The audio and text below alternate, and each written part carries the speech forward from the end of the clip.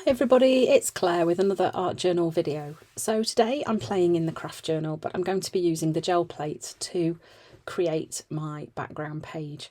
So I'm going for another rainbow vibe again, and I'm starting off just adding some blobs of colour to the top of the gel plate. Now it turns out that I had way too much paint, but it didn't really matter because it just meant that I could get lots more prints from the gel plate than I thought I would. As you can see, there is an awful lot of paint there, but like I say, it's okay. So this is a massive decorating brush. I kind of thought, let's try a bigger one and see if it's just as effective, and it worked okay. The bristles are not as soft as the nice Dina Wakley brushes, but that's okay. So then I put the Squoval stencil over the top of it, and I am lifting a print from that onto some collage tissue paper, and you can see there's still quite a bit of paint left. So I just carried on lifting more and more prints until pretty much the paint was gone from the gel plate. This is great because it means I've got some collage fodder which is rainbowy, which is lovely, so that's not a bad thing. So on this last one I just tried to collect as much of the paint as I could that was left over, and then lifting the stencil, and this was what I was going to be putting onto my page. So I'm going to print it straight in to my journal, and was trying to work out which was the best way to get it on. So I've plopped it on that way, and then I just put it to one side for a little bit, get some of the paint off my brush onto the edges of the collage paper so that it's ready.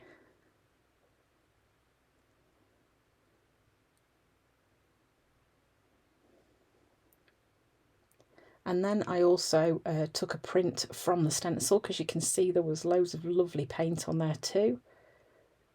And I just thought I could have spritzed it with water as well. It would have made it lift the paint a bit easier, but I got most of it off, so that's all good.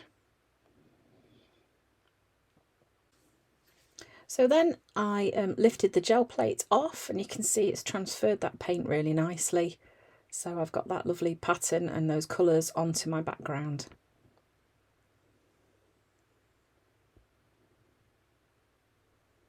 So then I've popped the Squoval stencil back over the top of the colour, and then I'm going to go in with some heather, which is Dina Wakley Media. It's a lovely pale purpley colour, a bit lilac-y, it's ever so nice, and I'm just popping that through the stencil.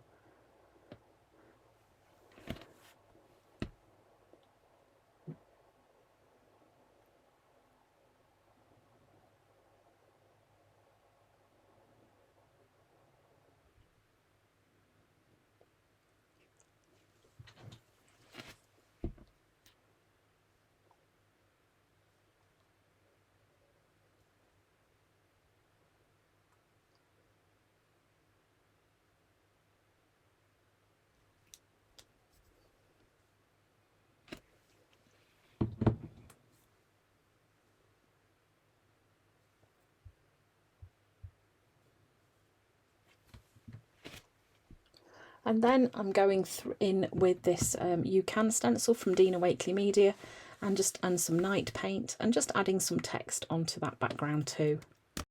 So this face stencil is from a stamp set called Say Yes, which is from Dina Wakley, and I'm just using some black archival ink and stamping that again onto some collage tissue paper.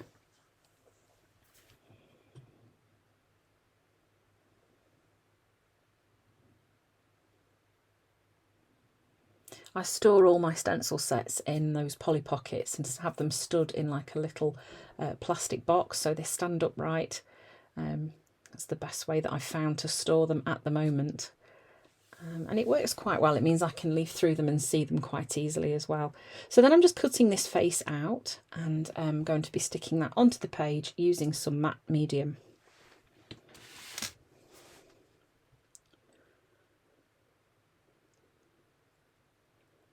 I'm just working out where I wanted that face to go. Decided it would go on the right hand side.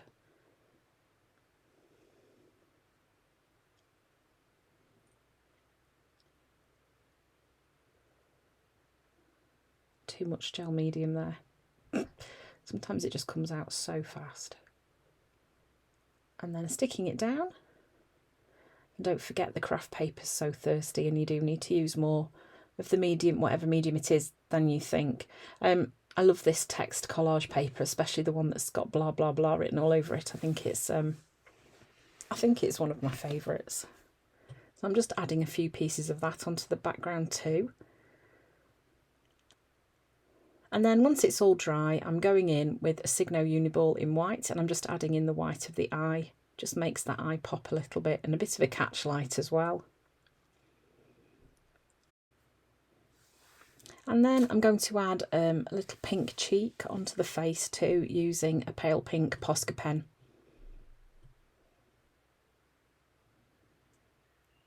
And just adding some more highlights onto the face as well.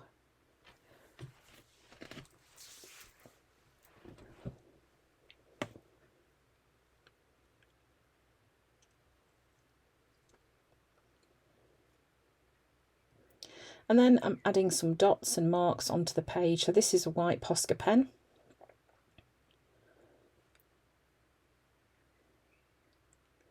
It kind of has the effect of blending the images onto the page, really helps them feel a little bit more like they belong. And then I'm just choosing a quote from the ledger packs from Dina Wakley, and that is going to go on my page too. The ledger packs are great for like an instant quote. There are so many on the pages in the ledger packs that it's very easy to find something that fits with what you are wanting.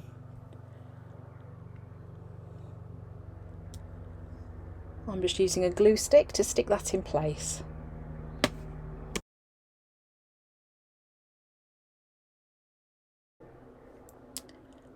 And that really is the finished page.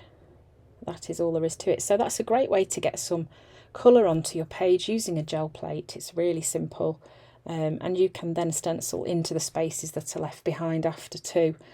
So thanks for watching. I hope you've enjoyed watching me use the gel plate to create a background in my journal. I hope to see you again soon.